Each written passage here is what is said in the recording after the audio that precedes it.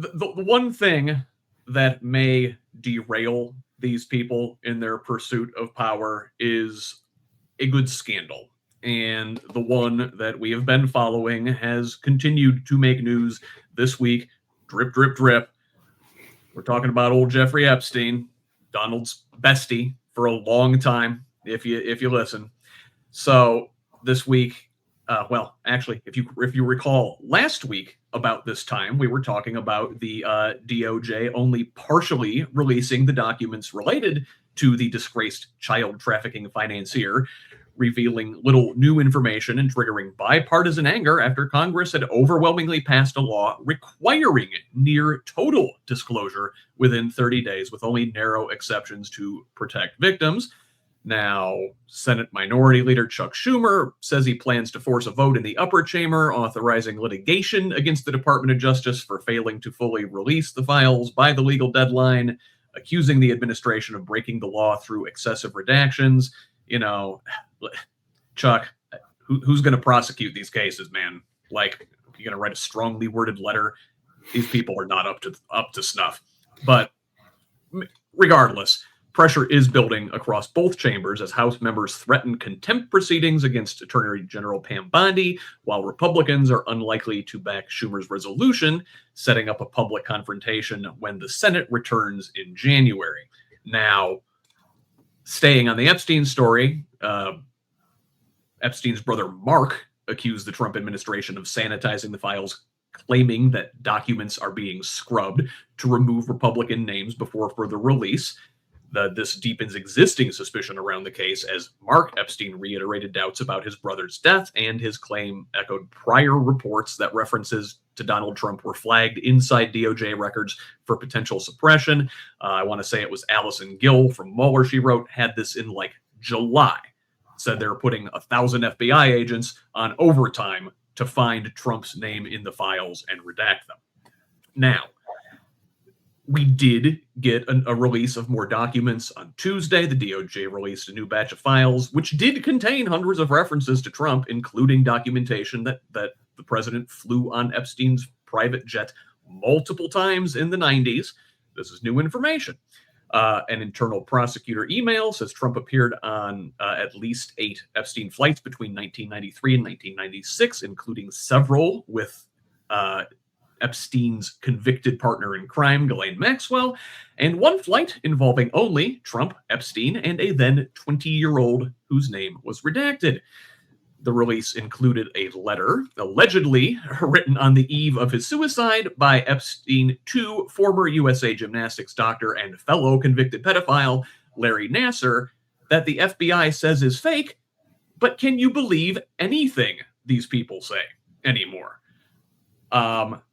And then finally, on Wednesday, the DOJ announced it had uncovered more than 1 million additional documents related to Epstein, discovered by the FBI and federal prosecutors, and they say they plan to release these in batches over the coming weeks. Officials say lawyers are reviewing the material around the clock, claiming these delays are necessary to protect victims' identities, though, of course, critics are arguing that the law explicitly forbids redacting names solely to avoid embarrassment or reputational harm. Released documents already reference at least 10 possible Epstein co-conspirators, including internal FBI emails noting subpoenas served across multiple states, the identities of which are a central demand from victims and lawmakers alike.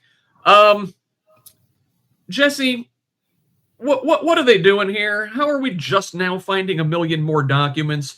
Are the people finding too many needles and they need to add some more hay? What's going on here? Yeah, I mean, I think so. Just based on the documents that we've seen already, despite all the redaction, including some that you can just copy paste into another program to eliminate. I mean, there's ample evidence. Trump has talked about going into back rooms of pageants so that he can look at the young girls and no one can kick him out. He's a pedophile. Our president is a pedophile. And he is a pedophile who's in a ring with pedophiles from all over the country and internationally. And to me, I think the last time I was on HoosLeft, I brought up the point that if somebody has just a house just chock full of stuff that they don't even know where it is, they can't possibly use it or get joy from it, we call them hoarders, and we understand that as a mental health problem that they need help with. if they're doing the same thing with billions of dollars, again, you can't even spend it all on yachts, right? You're going to run out of yachts before you run out of money. That is a mental health issue. And I think it's tied into the sickness of like transgressive sex stuff, right? Where, you want this thrill of power, like there are countries where prostitution is legal, right? If you're just that lonely and desperate and have enough money, you don't need to go after children. You don't need to sex traffic people. There are ways that, whether that's right or wrong, and I think wrong, but you don't have to violate the law. You don't have to do all these horrible, abusive things. You do it because you want to, and you want to because you're sick. There's something wrong with you. Our president is sick in the head and should not be in power. That's true of a lot of different politicians from both major parties, people from across the country, people from international, Prince Andrew, major tech people, major Noam Chomsky of all people, gross. There is something really wrong with a lot of the elite in this country. And I don't think we combat that by looking at each individual document to find the smoking gun. The whole machine gun array has been smoking for decades, and there's no doubt about it anymore. It's, again, just a matter of what are we going to do about it. Tabitha, is there anything that can be produced in these documents that will finally shake people out of their stupor? We got trolls over here in the comments. Ooh, yeah, Trump. Like, I mean, what is it gonna take? Is it going to take a picture of the man with underage girls in various states of undress for these people to finally get it, or what? And even then, are they going to say, "Oh, that's AI"? Well, I personally believe all of this comes back to the women, right? So why are we having such a hard time believing these women? And then go from there. So that proves that we have a really deep-seated problem with believing women in general. So we're going to believe children less. The most poor, the migrant communities, all of them are at higher risk to disappear or be involved in something like this, not by choice.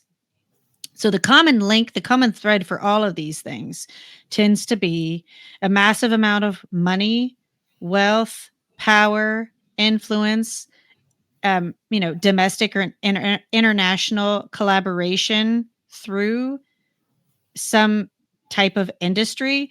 So we have to figure out a really creative way to put safeguards in place where the money flows.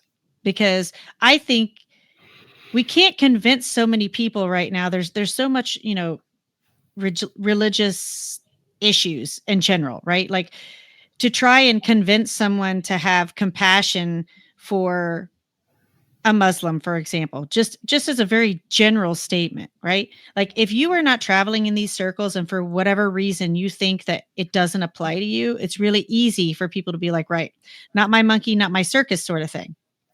And we have to convince people through regulation that seems fair to everyone unequivocally across the board, right? That is like, listen, we don't do this here. Maybe it happened in the past, right? Maybe we influence this in some way, because silence is complicity, right? So if we can at least give justice to these women, that is the start. And all of them right now just put out another ad with pictures of them as children. And they're crying and they're like, look, basically like this little girl deserves justice. And they've been at this for years. And I just think on both sides, they're equally as guilty. I mean, most general citizens right now, we don't care who's on the list. We don't care if it's Noam Chomsky or Bill Clinton or whoever. Like we know that it's just scattered with a bunch of people that have money and influence that preyed on these young women. And any of these young women could have been our aunts, our sisters, our cousins, our coworkers, just normal people like us. So how do we appeal to normal people through party lines to say, listen, it doesn't matter whether you're Republican, independent, socialist, Democrat, communist, whatever, all of these children have value and we don't do this here. Mm-hmm. Chuck, what do you think? Are these people ever going to see justice? The optimist in me would like to say yes, but the pragmatic side of me says probably not anytime in the immediate future. And again, I think it comes down to, Tabitha hit it on the nose. Believing the women is absolutely the first thing, because I mean, why isn't that enough? I don't understand. I just don't. Again, I can't get my brain wrapped around it. If this was, and I was thinking about it as some of that was being talked about, the religious aspects of it, of, you have this doctrine that's being kind of thrown around of Christian nationalism and this kind of thing. And I kind of posed the question, like, what part of all that is actually tenets of that religion? None of those people follow what Jesus actually put out. I'm saying this as a non-Christian myself, okay? But I can say that I'm probably more Christian than some of these other ones, because Jesus, what was one of the main tenets? Love everybody. Don't, treat the sick, treat the poor, treat them as you'd want to be treated. So on that, if we were to take that and spin it on its head, I say we take that and put it against those folks that are putting those things out there. These people that have violated women throughout decades should be dealt with accordingly. They should be held to account, and there should be no, there shouldn't be any resistance to that. The fact that they have this idea that as long as it doesn't affect my life, I don't care. Well, what if it does? It affects all of our lives, because if you don't prosecute these things, if you don't adhere to what the law says, it will affect your life. And I can say this, I have a daughter that I worry about constantly, because I don't want these idiots that are out there that see this collection of cells in the White House, get away with this mess. I would call it human, but I think that would degrade the entire human race. So I kind of fail to say that.